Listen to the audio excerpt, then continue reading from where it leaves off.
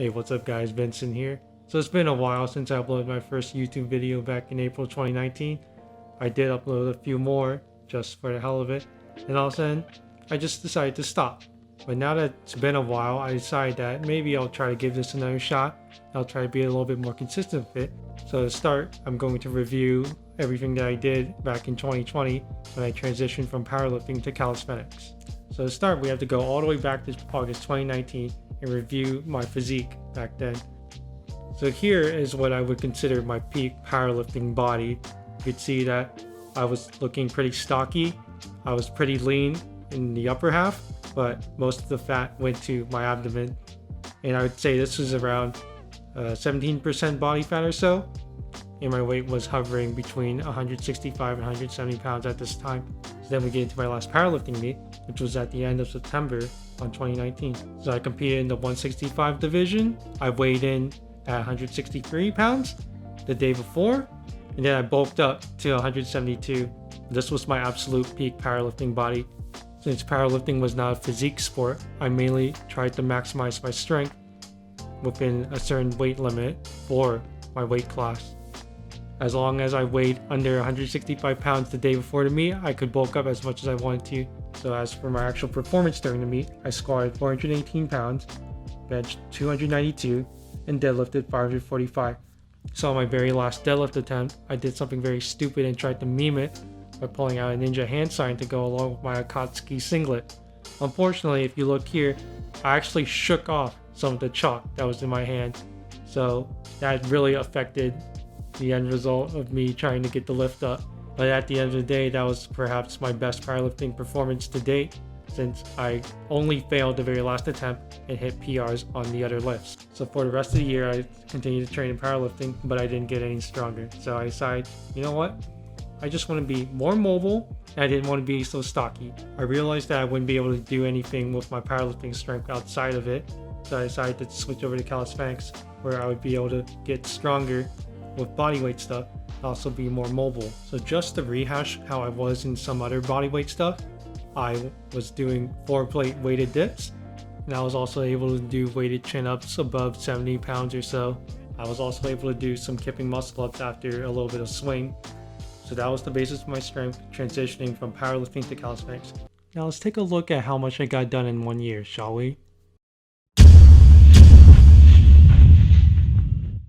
So my main new training plan was to keep the free main power lifts while developing proficiency in calisthenics skills. So some of the new skills that I started incorporating were skin to cats,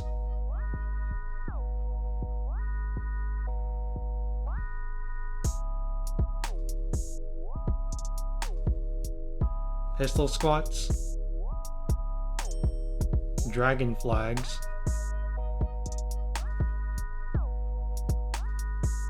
ring dips,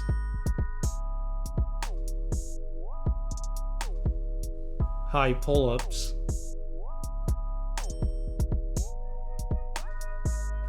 one-armed push-ups,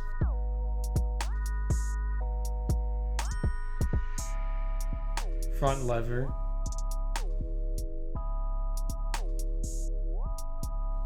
and wall handstands.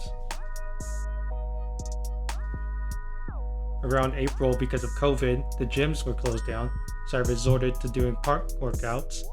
I mainly resorted to doing ring workouts outdoors, and I would hang my rings on a field goal post because that was the only structure high and sturdy enough to hold them for me. I also started incorporating a 50-pound rice bag for weight, which was incredibly useful for doing leg days. Unfortunately, rice bags weren't very durable, so that came to a pretty abrupt end. Despite all the challenges of not having a gym, I stayed consistent and tried to have fun with what I was doing. I was determined to continue to keep up my fitness and continuing to look for different places that would fit my needs. By the time gyms reopened again, I had gained much proficiency in skills and also kept a good amount of strength. During this period of having no weights and being more calisthenics focused, I noticed that I was enjoying learning the skills a lot more than I was keeping up with the power lifts. And so I started to transition off of them. In fact, I had lost so much strength in some of these lifts, and it was actually becoming painful to do them, starting with my squat and then my deadlift. But I still kept up my bench because everyone likes doing bench. I was also start developing a lot more strength and skill in other things such as the planche and the weighted push-up. And throughout most of my training days, I would end each session with some speed roping so I could try to cut some calories out. But perhaps my greatest achievement during this period was learning the ring muscle up. I spent many days learning the false grip pull-up and trying to work on getting it past the transition point so I could do the dip, because I was obviously very strong in the dip. And I worked at this for a few months until one day I was able to get it. Since then, it's been pretty inconsistent for me to achieve it again. And at the very end of the year, I started trying to learn the iron cross as well. So now let's look at my physique throughout the year through pictures that were taken for unnamed reasons. So because the basis of my physique was getting more lean, I spent most of my diets in a caloric deficit while maintaining as much high intensity cardio for jump roping as I can.